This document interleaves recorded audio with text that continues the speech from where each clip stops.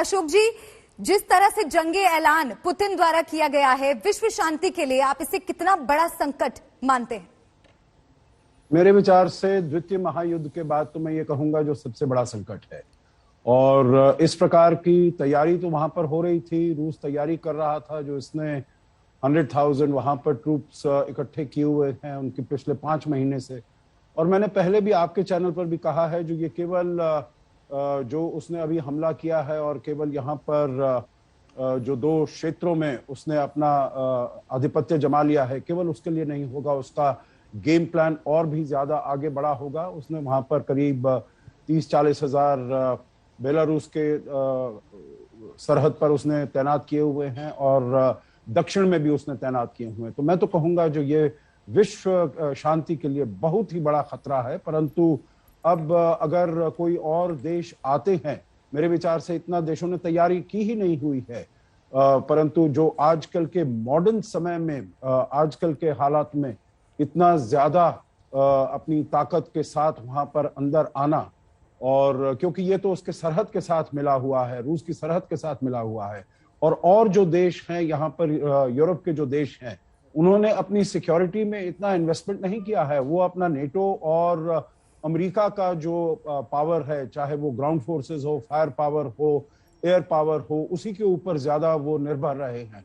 तो इसीलिए इन देशों ने अपनी सुरक्षा में इतना कुछ इन्वेस्ट नहीं किया है। तो उनके लिए रूस के सामने खड़ा होना बहुत मुश्किल होगा। मेरे विचार से ये जो सेकेंड वर्ल्ड वॉर के बाद जो नक्शा आया है, नक्शा बदला है, जो करंट जो कॉन्फ़िगरेशन है मैप का इसमें यूरोप का, उसको पूरी तरीके से बदल देने का इरादा किया है रूस ने।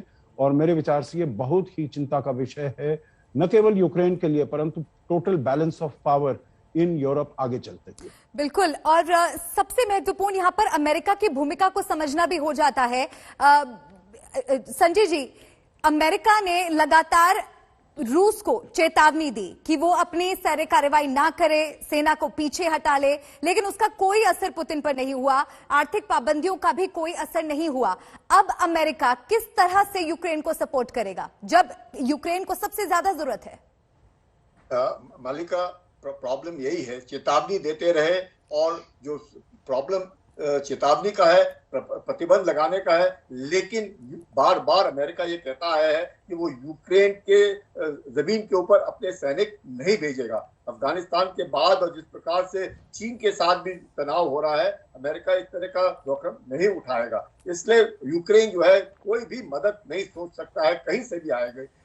कम से कम सैन्य मदद नहीं मिल पाएगी। और जो छोटे मोटे 7,000, 5,000, 3,000 नाटो देश जो है इर्द गिर्द यूक्रेन के, उनके पास जो है वो भी इस तरह का जोखिम नहीं उठाएंगे, क्योंकि जो रूस है बहुत बहुत ताकतवर है आज की तारीख में। और उस ताकत को पुतिन ने लिया है 2000 से लेकर के आज तक। अगर रूस की ताकत बनी है तो पुतिन ने बनाई है। पुतिन चाहता है कि रूस को उस मकाम पर पहुंचाया जाए और रूस को उस नजरिए से देखा जाए जिस नजरिया रूस समझता है कि वो अर्स्टवाइल सोवियत एम्पायर है। अगर सोवियत नहीं तो रशियन एम्पायर है। अगर उसकी जो सुरक्षा के जो चिंताएं हैं, अगर कोई नजरअंदाज करने की कोशिश करता है तो रूस काबिलियत है। और आज की तारीख में चीन को देखते हुए, क्योंकि चीन रूस के साथ खड़ा है, अमेरिका और चीन के बीच जबरदस्त तनाव है, ऐसी हालात में मुझे नहीं लगता है कि अमेरिका जो है किसी तरीके से दखलंदाजी देगा यूक्रेन के अंदर, सिवाय चेतावनी और सिवाय प्रतिबंध के। इससे कुछ होने वाला नहीं है।